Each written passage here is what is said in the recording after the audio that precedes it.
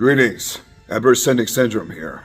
I'm going to tell you a no BS guide on how to obtain mystical, powerful, old school dominant forearm. A little story on why you should attain the mystical, powerful, dominant forearms.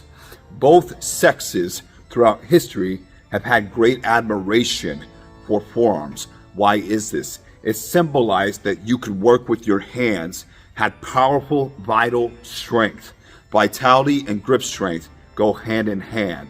More than likely, if you got powerful forearms, you probably got good grip strength. More than likely, if you got good grip strength, you have high testosterone.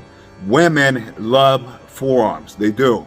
I know this from experience. I go out, I wear a short sleeve, boom, game over. Just hands chilling in the pockets, veins popping out over the top of the forearms, and they're freaking huge. I will get the girl.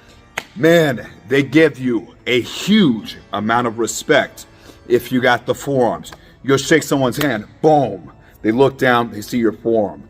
Oh my goodness, it just puts in a primal state of mind like, this guy is the top dog. He's probably got a super powerful grip.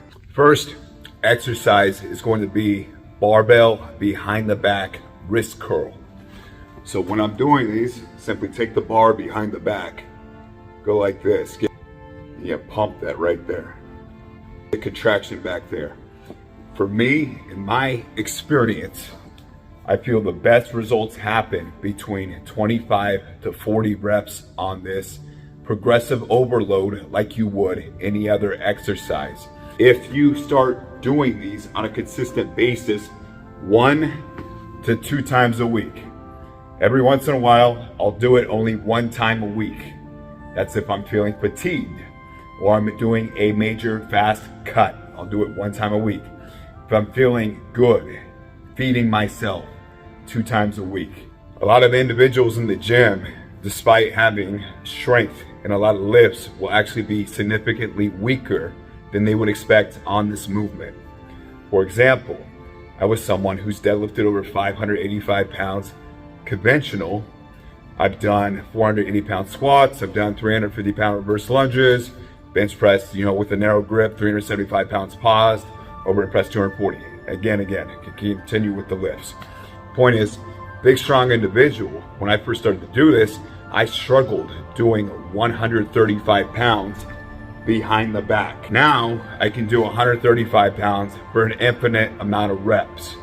I've done 280 pounds for 40 reps. I've done 315 pounds for 16 reps. And I've done 215 pounds for 100 reps. Right now, I'm trying to rebuild strength on the movement, and we're gonna give 225 for 100 a go. And we also are probably going to start doing a little bit heavier work before we prep to go and do the 225 for 100. I need to build that baseline strength back up, get back to where we can rep 315. Second exercise that I do for forearms is going to be wrist extensions with a dumbbell. So it doesn't matter how you want to do it. You want to set it on your knee, you want to set it on a bench. I just lay it on a bench. Typically going across this way.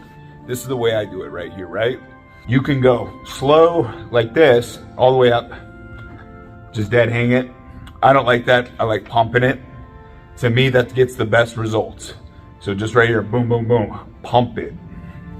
If you have to start with a 10-pound dumbbell, it's completely fine. Most gym bros struggle with a 20-pound dumbbell or 25-pound dumbbell.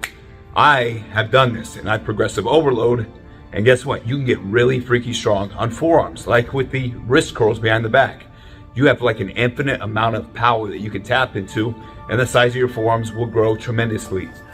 So, another exercise I like to do, as you can see right here, we have an attachment right here. What I'm gonna do with this is a forearm finisher, just to get an extra pump on the forearms. So what I do is, I take this up here, and I'm just squeezing like I would with the wrist curl.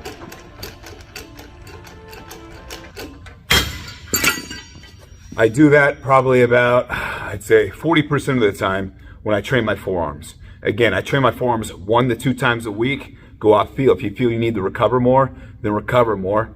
I like to train them twice, especially when I'm in a caloric surplus. This right here, I just do sparingly. I don't do it all the time. Every once in a while, if I have a ton of carbs, if I have a ton of glycogen in me, then I'm gonna go and use that. You know what I'm saying? Any other recommendations for forearms? I would recommend doing reverse curls. I did a lot of reverse curls when I built my foundation. I don't really do them anymore, but if you'd like to go and throw them in the mix, I would recommend it. Why not?